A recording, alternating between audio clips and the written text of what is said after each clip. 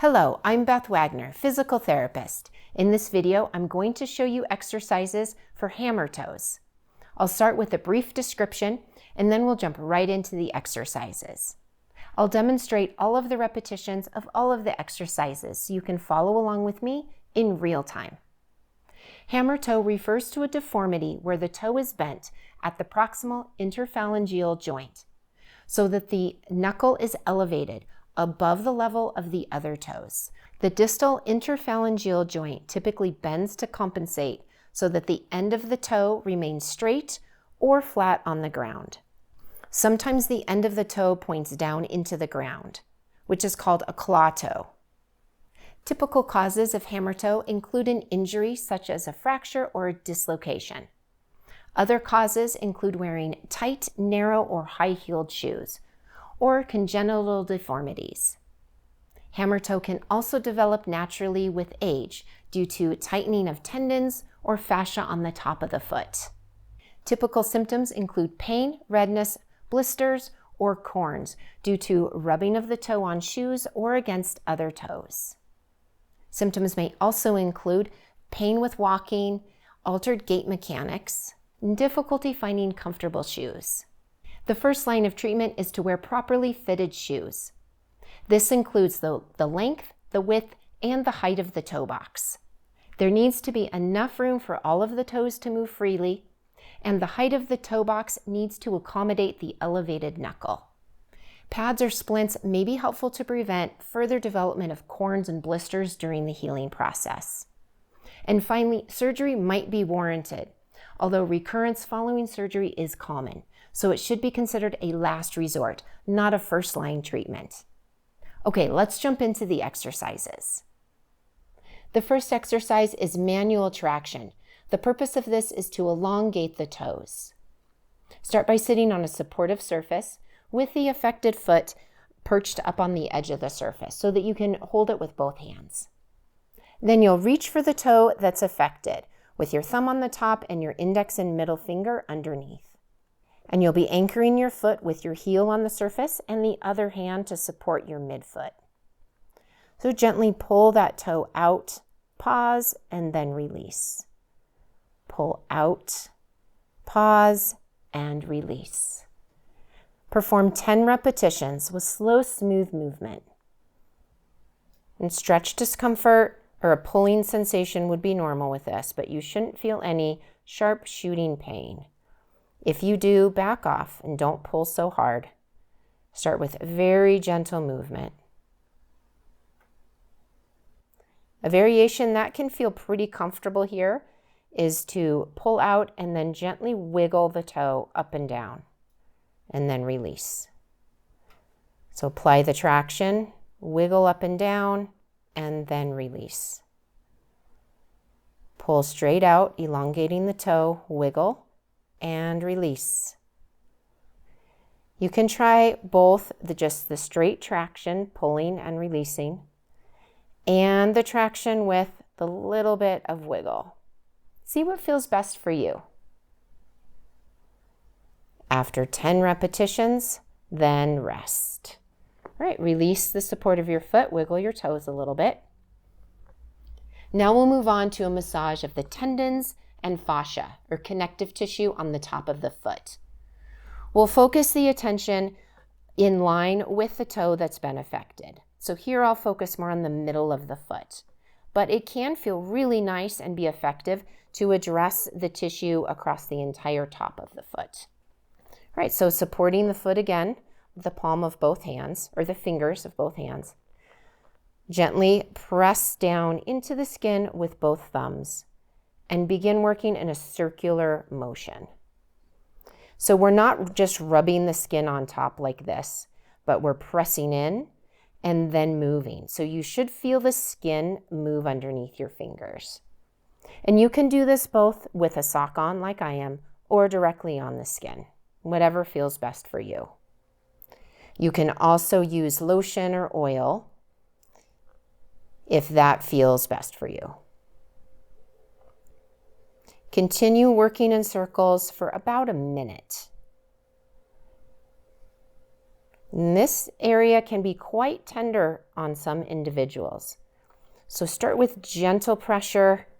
After you've done a few circles through the whole foot and it warms up a little bit, a lot of that tenderness tends to dissipate, and you might find that you're able to apply a little more pressure comfortably. After you've spent some time moving your circle in one direction, then switch. Begin moving your thumbs in a circle in the other direction.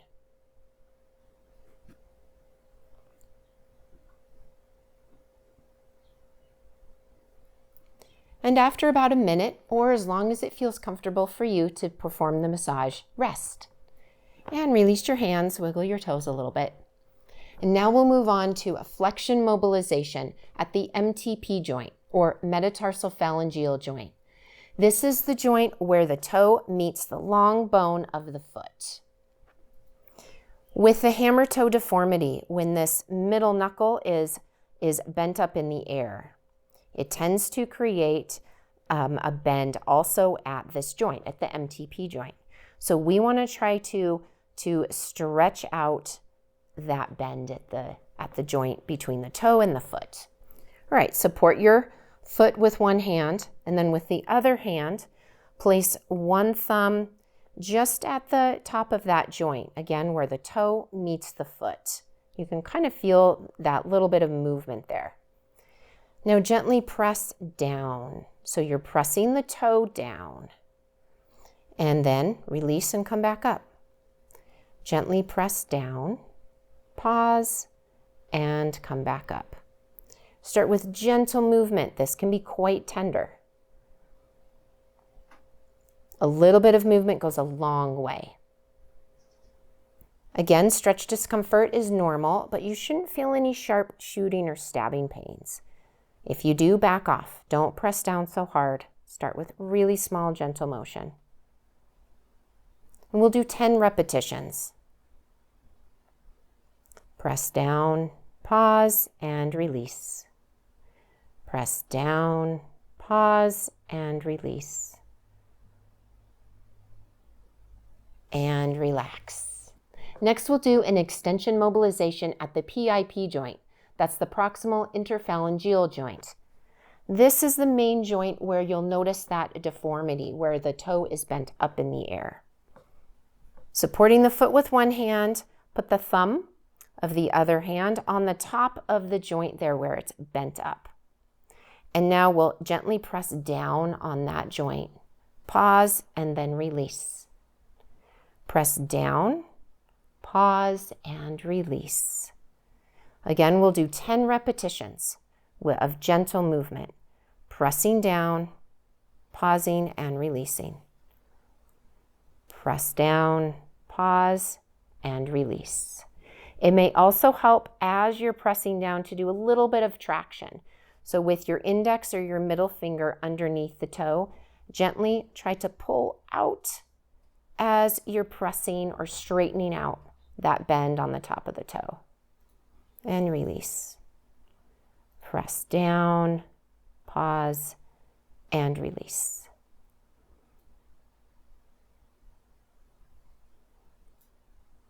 Press down, pause, and release.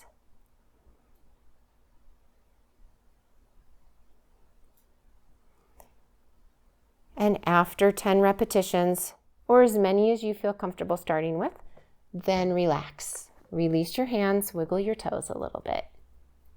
The last stretch we'll do standing up. The last exercise is a standing calf stretch. We'll do this exercise on both legs. So start with whichever one feels most comfortable for you. Stand next to a countertop or other sturdy surface for support. Step 1 foot forward and 1 foot back.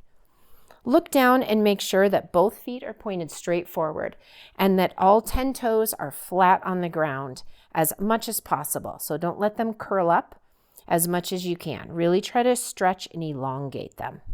Now bend the knee of the front leg. Keep the knee of the back leg straight. What we're going for is to feel a stretch in the calf of the back leg, so my left leg in this position. Now, if you don't feel a stretch yet, then step that front foot farther forward. Make sure the toes are stretched out, and then bend the knee again and lunge forward until you feel a stretch in the back of the leg, in the calf of the back leg. And make sure you're not holding your breath. Continue to breathe naturally. And hold for about 20 seconds. Make sure that you are touching or holding onto a countertop for support. This isn't meant to be a balance exercise. And after about 20 seconds, then stand up and switch. So now step the other foot back and look down at your feet. Make sure both feet are pointing straight forward and try to elongate your toes on the floor. Really try and stretch them out. Okay, and then bend the front knee. Keep the back knee straight. Continue to breathe naturally. And keep the back heel on the ground. Don't let your heel come up like that. Keep your foot flat and your heel on the ground. Okay, after 20 seconds, then we'll switch legs again. Let's do a second repetition. Step back with one foot, step the other foot forward. Make sure both feet are pointing forward and trying to elongate your toes. Really stretch your toes out on the floor. Bend the front knee and keep the back knee straight and keep the back heel on the ground. You shouldn't feel any pain in your toes. You might feel stretch discomfort in the calf or the ankle, but this shouldn't be bothersome to your toes. And after 20 seconds, go ahead and switch legs. And step the other foot back. Make sure both feet are pointed straight forward. Stretch, elongate your toes, and then lunge onto the front knee. Keep the back knee straight and back heel on the ground. And continue to breathe. You should feel this stretch deep into the calf.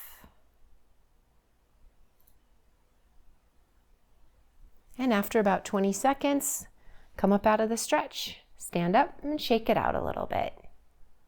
I recommend starting these exercises once a day. If that feels good for you and you want to try to add more, then add a second set at another time of day. I hope you find these exercises helpful to decrease your pain, improve your recovery, and ultimately to help you do the things you love to do every single day. If you like this video, please click the thumbs up and subscribe to my channel. Every like and subscribe tells YouTube that this video and that my channel holds value. And that helps other viewers like you benefit from its content. Here's to your healing, health, and happiness. Have a fantastic day.